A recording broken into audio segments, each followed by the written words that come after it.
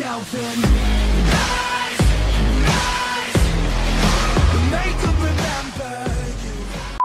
الفيلم بيبدأ بطفل اسمه ديري يتيم الأب وعايش مع عمه في أمريكا، وكانوا بيجهزوا شنطهم ومسافرين الصين عشان والدته هتستلم وظيفة جديدة هناك. وفعلا ودعوا أهلهم وركبوا الطيارة، وأول ما وصلوا كان في انتظارهم مندوبة تبع الوظيفة الجديدة وخدتهم لمكان السكن الجديد، وقالت للسيدة باركر لو احتجت حاجة كلمي السيد هان لأنه عامل الصيانة بتاع المكان. وتعرف على هاري جاره في البيت وساعده وشال معاه الشنط، وقال له مع إني أول مرة أشوفك بس اعتبرتك صاحب الجدع اللي شبشبه جدع. وكان من عادة ديري إنه مستهتر وبيرمي السترة بتاعته على الأرض، وأمه كانت بتزعل منه. وفي يوم السخان كان عطلان فطلبت منه يدور على عامل الصيانة الأسطى هان، فبسرعة راح له العمال وسأل عليه بس كانوا باصين له من غير كلام، فافتكرهم ميتين وبيتحاسبوا وسابهم ومشي. ولما وصل للأسطى هان قال له السخان عطلان ومحتاجينك تصلحه. لقاه بيصطاد دبان بالعصاية اللي بياكل بيها عشان يبقى الاندومي بطعم الدبان. المهم انه ما ردش عليه بس فضل متابعه وباصص له من بعيد. وبعدين راح لساحة اللعب اللي قدام السكن ولفت نظره بنت جميلة، فقعد يلعب سلة قدامها عشان لما تشوفه تقول واو مين الشاب الجامد ابو شعر حرير ده. وقال لصاحبه هاري انا معجب بالبنت دي وعايز اعزمها على اكلة فراخ.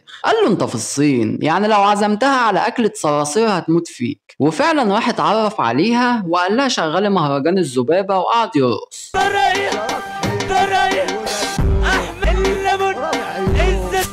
وقالت له عايز المس شعرك الحرير. قال لها انا بحط كريم جابر امله من ابو 17 جنيه عشان انا شاب جامد. في اللحظه دي جه مجموعه اطفال وغلسوا عليهم، ولانهم بيتدربوا كونغ فو فقدروا انهم يضربوه.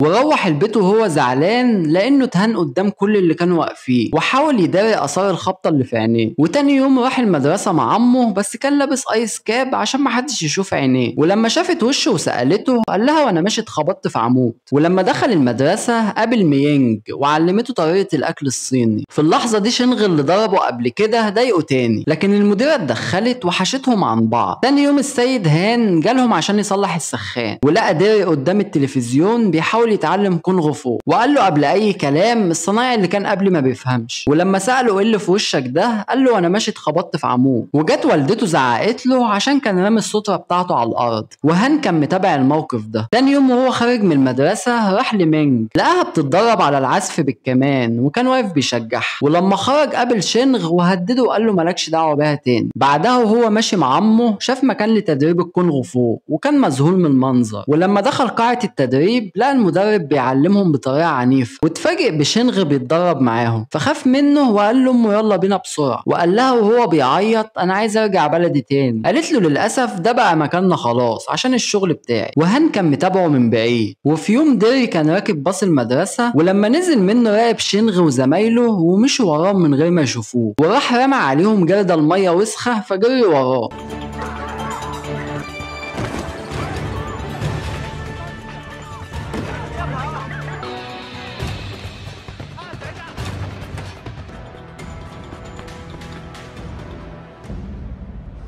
ولما وصل لمكان مسدود اتلموا حواليه وفضلوا يضربوا فيه. في اللحظة دي وهان أنقذه واتخانق معاهم بس خلاهم هما اللي يضربوا بعض.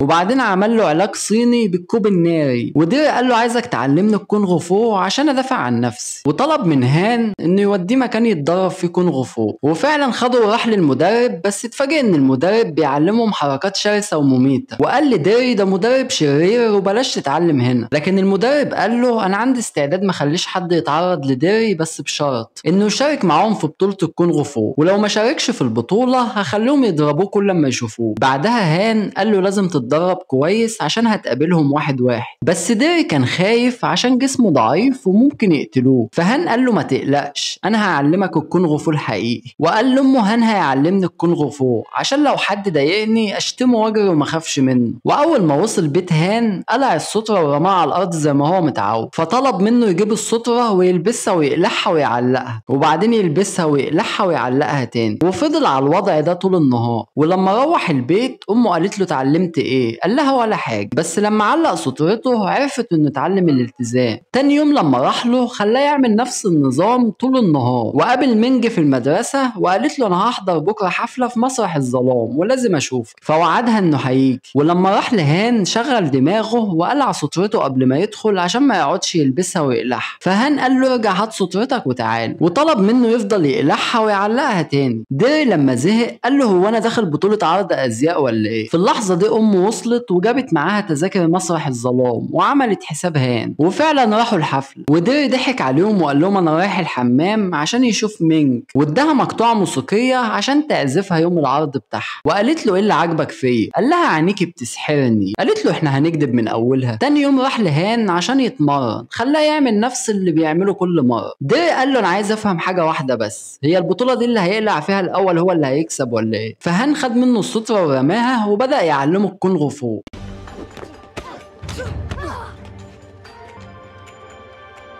بعدها خده وسافر لأفضل مكان لتعليم الكونغ فو عشان يتعلم أساسيات اللعب. وبعد ما خلص يوم تمرين صعب اداله راحة لمدة يوم. وتاني يوم مينج كانت رايحة تتمرن عشان عندها عرض في نفس اليوم، فشدها وقال لها أنا عازمك على أكلة صراصير. وفعلا جاب لها 2 كيلو صراصير وشوربة دبان. وهم واقفين بيشمشموا هوا نضيف أبوها رن عليه وقال لها إنه هيجي ياخدها عشان الاختبار ميعاده اتقدم وقدامها 20 دقيقة بس. وراحت الاختبار بتاعها وجري وراها عشان يتفرج عليه، وفعلا عملت الاختبار بشكل كويس. المشكله ان ابوها قال لها ابعدي عن الواد ده، وراحت قالت له مش هينفع نكون اصدقاء تاني. وجات الاطفال اللي بتضايقه وقالوا له البطوله قربت وهنكسر عظم وشك. وراح لهان لقى بيكسر في العربيه بتاعته وقال له مش هنتدرب النهارده. وعرف منه ان العربيه دي سبب وفاه مراته وابنه الصغير، وكان حاسس بالندم لانه كان هو اللي سايق العربيه. وحاول ديري يطلعه من الحزن اللي هو فيه وقاموا يعملوا بعض التدريبات. واستمر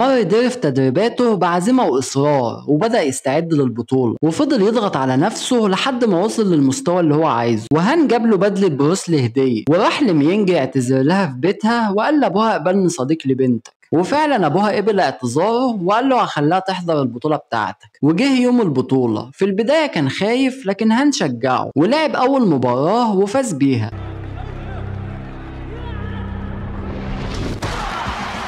والاطفال بتاع المدرب التاني كانوا بيلعبوا بشراسة زي ما علمهم، وفاز ديري بكل الجولات اللي لعبها لحد ما وصل لنص النهائي. وشينغ وصل للمباراة النهائية. في نفس الوقت ديري كان بيجهز نفسه لمباراة قبل النهائي، والمدرب الشرير طلب من الطفل اللي هيلعبه انه يحطمه. وبدأت المباراة وضرب ديري بعنف في رجله وحاول يكسرها، لكن الحكم طرده من الحلبة واعلن فوز ديري. ولما خدوا له الدكتور قال لهان انه مش هينفع يلعب تاني، لكن هان قرر يعالجه بالكوب الناري عشان يقدر يكمل البطولة. وفعلا ديري رجع للمباراة النهائية قبل ما ينتهي الوقت المحدد، وبدأ المباراة مع شينغ.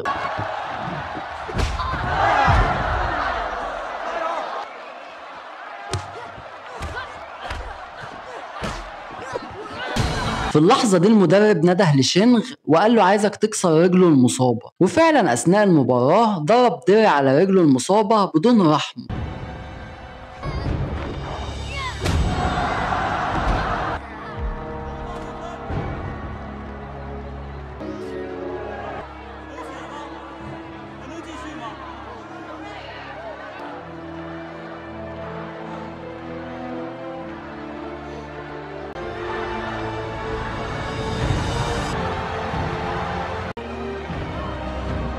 وحاول يجمع كل تركيزه وضرب شينغ ضربة قاضية وفاز بالنهائي.